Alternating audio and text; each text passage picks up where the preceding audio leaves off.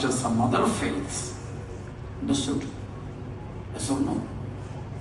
മനസ്സിലാവുന്നുണ്ടോ? Yes or no? Hallelujah, hallelujah.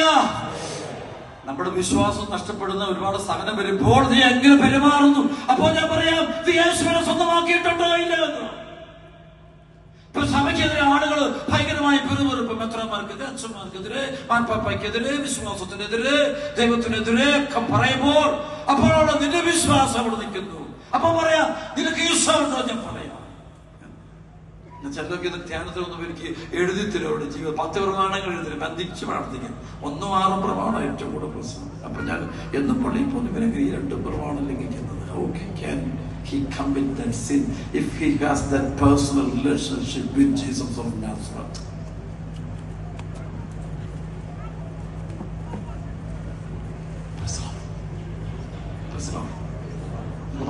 Hallelujah, hallelujah. Isho നിന്റെ മക്കൾക്ക് ഈശോ ഉണ്ടോ? കഴുത്തേൽ രൂപയിട്ട് വിദേശ രാജ്യത്തിന് എല്ലാവരുടെയും കഴുത്തേലും പുരുഷ രൂപം ചോദിക്കുമ്പോൾ പറയും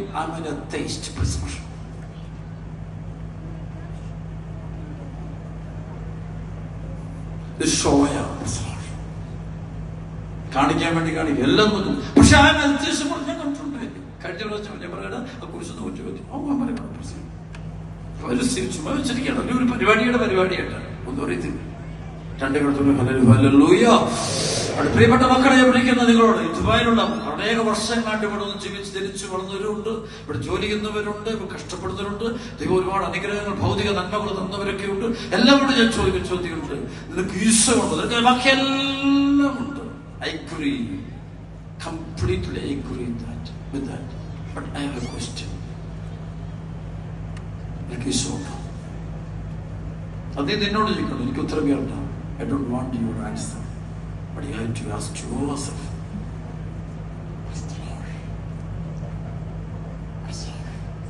ഇല്ലെങ്കിൽ നീ അവിടെ നിൽക്കുന്നു. You are a big zero. I'm a big zero. Is it? Yes or no? Praise the Lord. രണ്ടുപേരുടെ ഹല്ലേലൂയ, ഹല്ലേലൂയ. ഒറ്റവിളി യേശുവേ എന്ന് വിളിച്ചു. Hallelujah, hallelujah, hallelujah. നമ്മൾ ഈശോനെ പറഞ്ഞു, ഈശോ എന്തുകൊണ്ട് 2 പ്രാവശ്യം മാത്രമേ ഈശോ ഈ 5 വർദ്ധിപ്പിക്കുന്ന സംഭവം ചെയ്യുന്നു, പിന്നെ ചെയ്യുന്നില്ല. കാരണം ഇവർ ഈശോയെ പോലും ശരി അവിടെ പ്രശ്നങ്ങളൊന്നും പരിഹരിക്കും, പക്ഷേ അങ്ങനെ പ്രശ്നം പരിഹരിക്കപ്പെടില്ല. മനുഷ്യ ലാസറിനെ ഉയർപ്പിച്ച പ്രശ്നം തീർന്നു, തീരത്തില്ല. കാരണം വീണ്ടും ഈ ലാസർ മരിക്കും. പ്രശ്നം ഭൗതികമായതെല്ലാം നശിക്കുന്നതാണ്, ലോകത്തുള്ള എല്ലാം തകർന്നു പോകുന്നതാണ്, നേട്ടങ്ങളെല്ലാം തീർന്നു പോകുന്നതാണ്.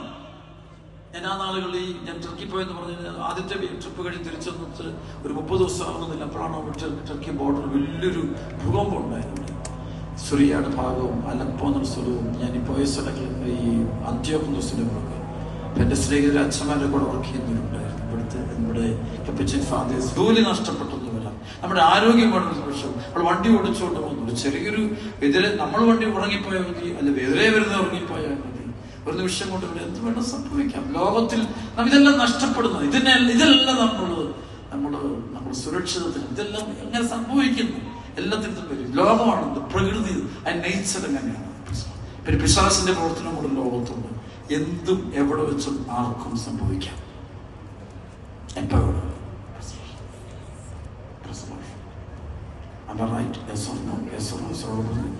ആകെ നഷ്ടപ്പെടാൻ പാടില്ലാത്ത ഈ ദൈവത്തെ ഈശോയെ സ്വന്തമാക്കിയില്ലെങ്കിൽ ഇങ്ങനെയുള്ള ചെറിയ ചെറിയ നഷ്ടങ്ങളുടെ മുമ്പിൽ നമ്മുടെ ജീവിതം തകർന്നു എന്ന് പറയും.